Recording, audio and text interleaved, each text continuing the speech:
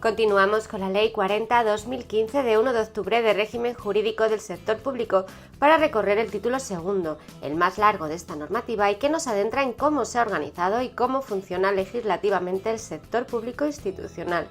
Este título abarca un total de 64 artículos distribuidos en 8 capítulos.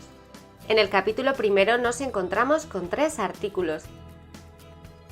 El artículo 81 enumera los principios a los que están sometidas las entidades que integran el sector público institucional en las actuaciones que realicen. Estos principios son los de legalidad, eficiencia, estabilidad presupuestaria, sostenibilidad financiera y transparencia en su gestión. Además, estas entidades estarán sujetas en materia de personal, incluyendo el laboral, a las limitaciones que prevean tanto la normativa presupuestaria como los presupuestos generales con carácter anual. En aras de regular todo el sector público institucional, las administraciones públicas deberán supervisar de manera continua todas sus entidades dependientes, con el fin de comprobar si se mantienen los motivos que justificaron su creación y su sostenibilidad financiera. Se trata de una supervisión que debe incluir la formulación expresa de propuestas de mantenimiento, transformación y extinción de esa entidad. El artículo finaliza con la regulación de los organismos y las entidades vinculadas o que dependan de las administraciones autonómica y local. Estas se regirán por las disposiciones básicas de esta ley que les sean aplicables y en particular por los capítulos primero y sexto y por los artículos 129 y 134 que veremos más adelante, así como por la normativa que tenga la propia administración de la que dependan. El capítulo primero se cierra con los artículos 82 y 83, que hacen referencia a la creación de un inventario de entidades del sector público estatal, autonómico y local, cuya integración, gestión y publicación dependen de la intervención general de la Administración General del Estado. El artículo 82 lo define como un registro público administrativo que garantiza tanto la información pública como un orden de todas las entidades que integren el sector público institucional, cualquiera que sea su naturaleza. En este inventario se encontrará al menos toda la información actualizada sobre la naturaleza jurídica, la finalidad, las fuentes de financiación, la estructura de dominio en su caso, la condición de medio propio, los regímenes de contabilidad, presupuestario y de control, así como la clasificación en términos de contabilidad nacional de cada una de las entidades que integran el sector público institucional. Es importante recalcar que la creación, la transformación, la fusión o la extinción de cualquier entidad que forme parte del sector público institucional, con independencia de su naturaleza jurídica, será inscrita en dicho inventario. Lo relativo al modo como se realiza la inscripción en el inventario se recoge en el artículo 83. Será el titular del máximo órgano de dirección de la entidad quien notifique a través de la intervención general de la administración que corresponda la información necesaria con la documentación que así lo justifique para la inscripción definitiva en el inventario, es decir, los actos relativos a su creación, transformación, fusión o extinción. Para ello se establece un plazo de 30 días hábiles a contar desde que ocurra el acto de inscripción. Es importante detallar las reglas necesarias para la inscripción definitiva en dicho inventario. El titular del máximo órgano de dirección de la entidad, a través de la intervención general de la administración correspondiente, notificará de manera electrónica al inventario, a efectos de su inscripción, la norma o el acto jurídico de creación en el plazo de 30 días hábiles desde la entrada en vigor de la norma o el acto, según corresponda. Dicha notificación irá acompañada de la copia o el enlace a la publicación electrónica del boletín oficial en el que se publicó la norma, o la copia del acto jurídico de creación y el resto de la documentación justificativa que proceda, como los estatutos o el plan de actuación. La inscripción en el inventario se realizará dentro del plazo de los 15 días hábiles siguientes a la recepción de la solicitud de inscripción. Para que la Administración tributaria pueda asignarle a la entidad el número de identificación fiscal definitivo y la letra identificativa correspondiente, de acuerdo con su naturaleza jurídica, será necesario que se aporte la certificación de la inscripción de la entidad en el inventario. 4 artículos componen el capítulo segundo. El primero de ellos, el artículo 84, establece la composición y la clasificación del sector público institucional, que está integrado por las siguientes entidades: los organismos públicos vinculados o dependientes de la Administración General del Estado, que a su vez se clasifican en los organismos autónomos, las entidades públicas empresariales y las agencias estatales.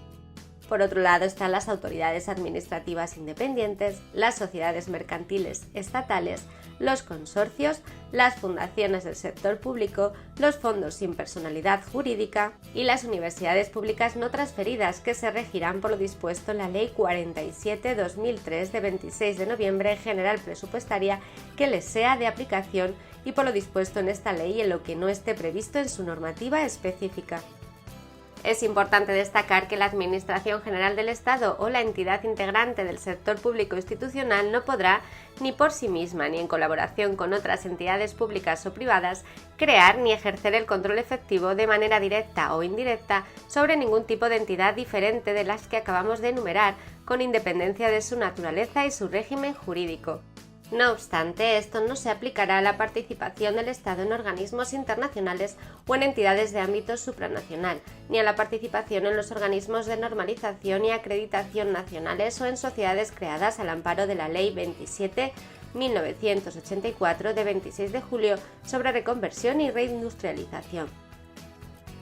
Como comentamos al inicio, uno de los principios a los que están sometidos las entidades integrantes del sector público institucional es el de eficacia, al que se hace referencia con más detalle en el artículo 85. Es un control de eficacia y supervisión continuo, sin perjuicio de lo que señala el artículo 110 de esta ley. En él se establece el régimen jurídico de las autoridades administrativas independientes, las cuales, es importante recordarlo, se regirán por su ley de creación, sus estatutos y la legislación especial de los sectores económicos sometidos a su supervisión, y supletoriamente, y en cuanto sea compatible con su naturaleza y su autonomía, por lo dispuesto en esta ley, en particular por lo establecido para los organismos autónomos y en las normas siguientes: la Ley 39/2015 de 1 de octubre, la Ley 47/2003 de 26 de noviembre, la Ley 9/2017 de 8 de noviembre, la Ley 33/2003 de 3 de noviembre, así como el resto de las normas de derecho administrativo general y especial que les sean de aplicación. En defecto de norma administrativa se aplicará el derecho común. Además, estarán sujetas al principio de sostenibilidad financiera, de acuerdo con lo previsto en la Ley Orgánica 2/2012 de 27 de abril.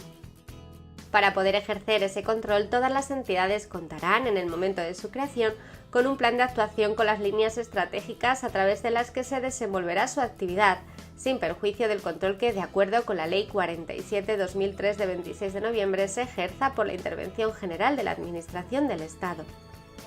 ¿Quién realiza dicho control y dicha supervisión? Todas las entidades están sujetas desde su creación hasta su extinción a la supervisión continua del Ministerio competente en el área de Hacienda y Función Pública a través de la Intervención General de la Administración del Estado, que se encargará de vigilar la concurrencia de los requisitos previstos en esta ley, verificando al menos la subsistencia de las circunstancias que justificaron su creación, su sostenibilidad financiera y la concurrencia de la causa de disolución en caso de incumplimiento de los fines que justificaron su creación o cuando su subsistencia no resulte el medio más idóneo para lograrlos.